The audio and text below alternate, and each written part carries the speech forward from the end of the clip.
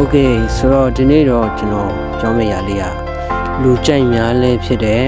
KOF event လေးပေါ့နော်ဒါကပြန်test server advanced server ပေါ်မှာတော့ရောက်လာပြီဒီ original global server မှာတော့ကျွန်တော်တို့မှန်းထားတာဒီ February လမဟုတ်ရင်မလမှာရောက်လာမယ်လို့ခန့်မှန်းထားရပါတော့ဆိုတော့သူကမျိုးစလုံးလာတော့ဗောနော် KOF bingo နဲ့97ဆိုပြီးတော့မျိုးစလုံးလာတယ်မျိုးစလုံးလာတယ်ပြီးတော့အမှကကျွန်တော်တို့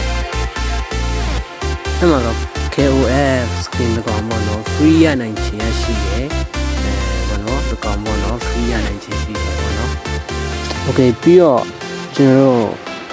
အရင်တစ်ခေါက်ကကျွန်တော်တို့10 round time မှာ KOF Garena skin ကိုခေါ်ရတာပဲဒီလေအဲ့ဒါကြောင့်အခုကလည်းဒီတိုင်းပဲပေါ့နော်ဒါပေမဲ့အမှမေဟာပဲperform 97ကိုပဲ perform bingo ကိုပဲ perform ကျွန်တော်တို့ Garena ရမှာဖြစ်တယ်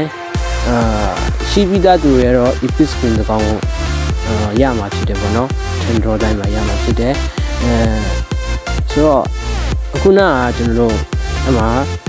ရနိုင်ချီfree KOF skin free တကောင်ရနိုင်ချီရ 0.1% ဆိုတော့သူတို့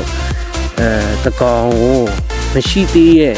free skin မရှိသေးရဲ့သူတွေတက်ဆိုတော့အရန်တာနဲ့လို့ပြောရမယ်ဘာလို့ဆိုတော့ကျွန်တော်တို့ကချောင်းလိုချင်တယ်ကွာချောင်းလိုချင်တဲ့အတွက်ချောင်းအတွက် bingo တန်းအောင်ဖောက်မယ်ကွာအဲ့ချိန်မှာပဲကျွန်တော်တို့ bingo မတန်းမဲနဲ့ချောင်းကို free ရသွားတယ်ဆိုတော့ Garena skin လေးရမယ်ချောင်းလေးရမယ်နှစ်ခုရပြီ Okay ဆိုတော့နောက်တစ်ခု bingo တန်းသွားတဲ့အချိန်မှာတစ်ခုပြန်ရမယ်ပေါ့နော် KOS skin တစ်ခုပြန်ရမယ်ဆိုတော့တော်တော်လေးတန်တယ်ပေါ့နော်ဒီတစ်ခေါက်လာတာအရန်တန်တယ်အမေအဲ့ဒီ free ရနိုင်ချေဆိုတာမတေချာဘူးပေါ့နော်တန်ကောင်းတဲ့ကူမှရချင်မှရမယ်ပေါ့နော်